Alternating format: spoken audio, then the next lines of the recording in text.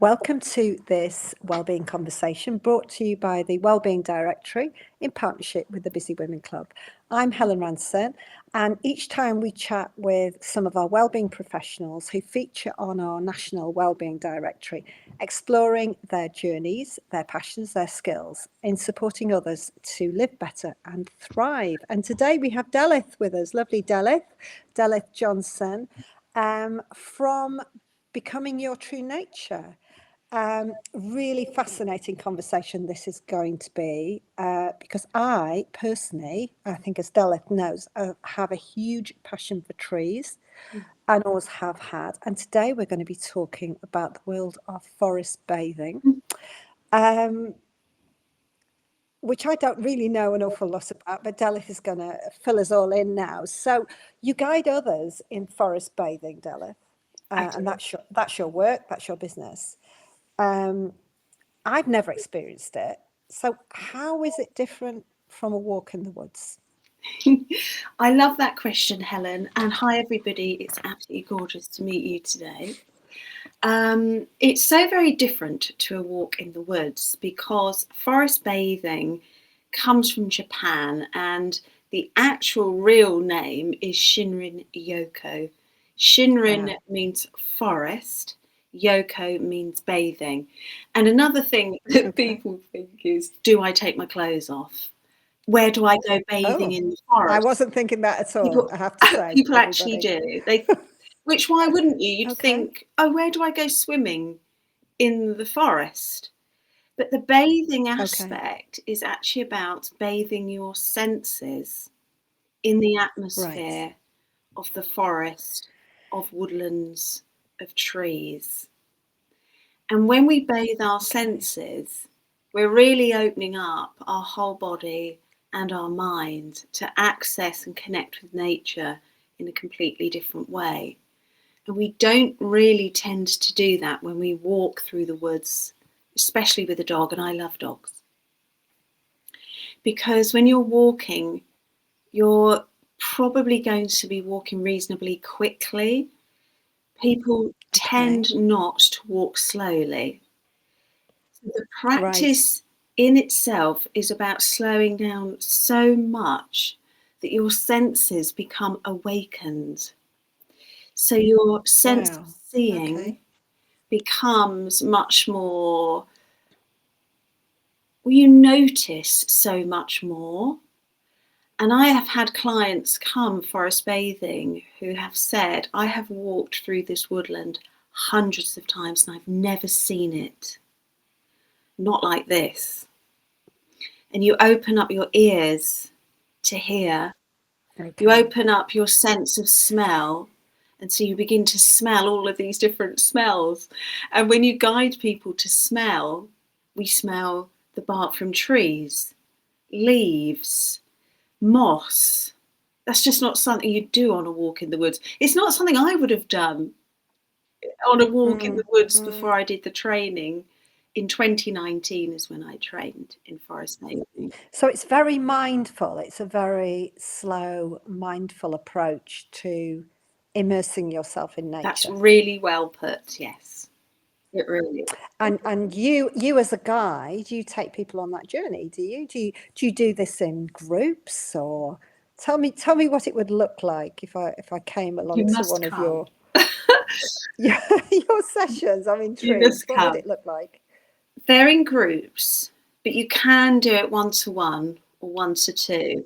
I have done it for couples a few times. I was collaborating with a hotel up here, a spa hotel, a few years ago. But generally you come together in groups of around 12, could be more or less.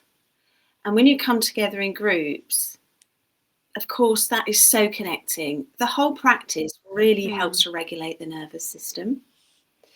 And so when we come together in groups, we are experiencing that co-regulation as well, although that's not what forest bathing is at all based on, but that is going to be a part of it, because the science behind forest bathing is about how the interaction between you and the trees and nature, what's happening within your body and your mind.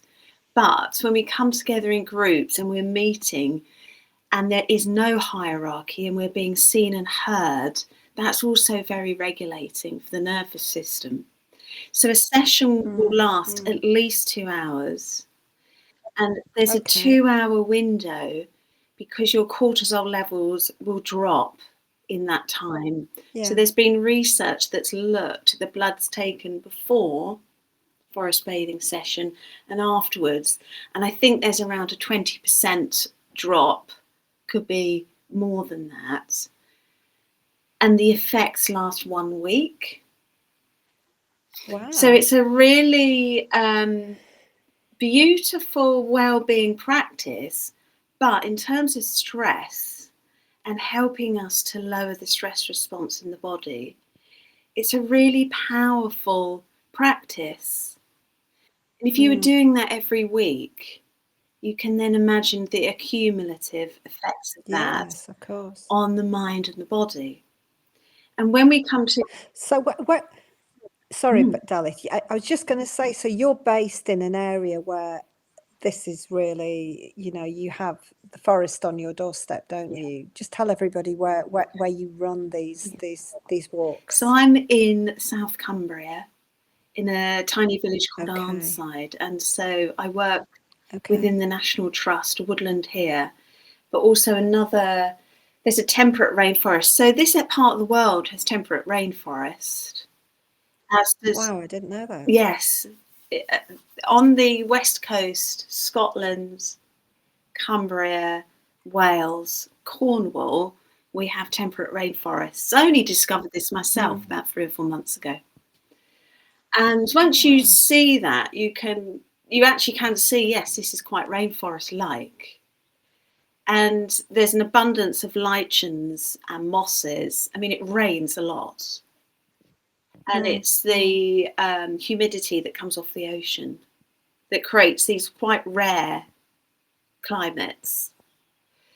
And I work in another one just down near Silverdale, which is North Lancashire, and that's very much a temperate rainforest, and it's just really magical.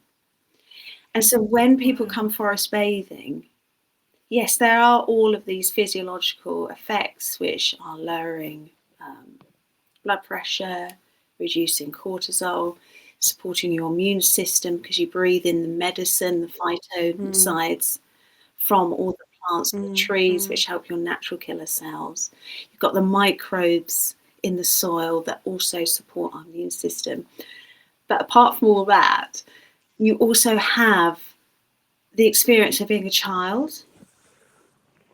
And people say that in the forest bathing sessions, oh, I've got memories of when I was little and I used to do these things. And you experience, because your senses are heightened, you can experience this sense of awe, which is quite otherworldly and helps you to feel connected to something big. Something bigger. Yeah. And also there's the energy, I suppose, of the community who are there with you, that you're mingling and sharing. So there's that sort of healing benefit of being with others whilst you're experiencing this, so what sort of shifts do you notice in people as they, from the start of the process through to when they leave you? What can you notice? Somebody might come fatigued or stressed or anxious and leave feeling more at peace, more enlivened. So that really beautiful, it's the regulated nervous system, isn't it? To feel at peace, but to feel alive. Yeah. Some people will have an emotional release in the session. It's quite normal to feel moved. And so when we meet in the circle, we share in the context of nature connection. And sometimes that is emotional as well, and that's just fine. So it has that circle element where you are seen and accepted as you are, and we're all seen and accepted as we are with nature. So somebody will experience or can experience metaphors and meaning. So nature will give messages that mean something to that person, and then they can share it. Okay. And because, Okay. again, they're being heard, sometimes it's really exciting for people to share these quite profound experiences that they're having. And so when they leave, I say to them, if you feel really tired later, that's okay. You know, that's actually normal. It means that your nervous system is regulated so much that you're now in rest. Yes. My mum comes, and she's late 70s, and she always has a really good sleep in the afternoon. So I actually mention that now, because sometimes you can be like, oh my gosh, I feel really tired.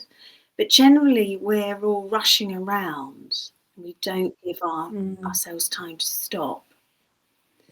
And when you come forest bathing, you really slow down and you begin to stop. And by the time we finish the session, people don't want to leave. They want to stay. Yeah, and there's something quite tiring about using your senses if you're not practiced at it, isn't there? So I can imagine that that adds to your general levels of fatigue, that sort of mindful concentration of focusing on things that you're not used to connecting with takes energy. Well, it's very, okay, so it's actually restful attention. So it's not analysis. It's not hard, because it's all really gently guided and it's playful. So what would they describe a sort of schedule of a typical retreat? What would it look like? Because Delyth advertises her retreats in the directory and on the Busy Women Club, so you can find details of them there. So what would people expect coming along? How would it look the day? Would it be a day, or is it overnight, or do people stay with you longer than a day? I love that you're asking this, because I'm actually planning longer term retreats next year. Okay. But in the past, say 5-6 years, I've done half days and I've done some full days. Right. So for just forest bathing, it's a half day. So you arrive to begin at 10:30 and we finish at 1, and then you're back at the car by 1:15. And in that time, you see, you've had that 2.5 hours in the woodlands. I know that physiologically you will have gone into a much more rested state. We meet up in a car park. I do an introduction, we introduce ourselves, and then I literally take them on an adventure. So what I'm doing is I've designed routes really with nature, because I know the woodland very well. That my role is to kind of provide, exactly as you said before, like an adventure or like an experience, like it's a transitionary experience. So they are having a different sensory stimulus, and then we come out at the end and we will do a closing ceremony. We usually make some nature art. So we open it and we end it, and I'll sometimes read poetry. Normally I'll read some poetry as well. And so on a day retreat, which I have one in a few weeks, I'll have forest bathing in the morning, then we'll have lunch, we'll have a fire, we'll do a woman's circle, we'll do some movements and some creativity exercises. That's all outside. And then next year, when I do my longer retreats, I may also be collaborating with other facilitators. I would love to be taking people out, say, forest bathing for, say, 3 days, and then doing other things in the afternoon.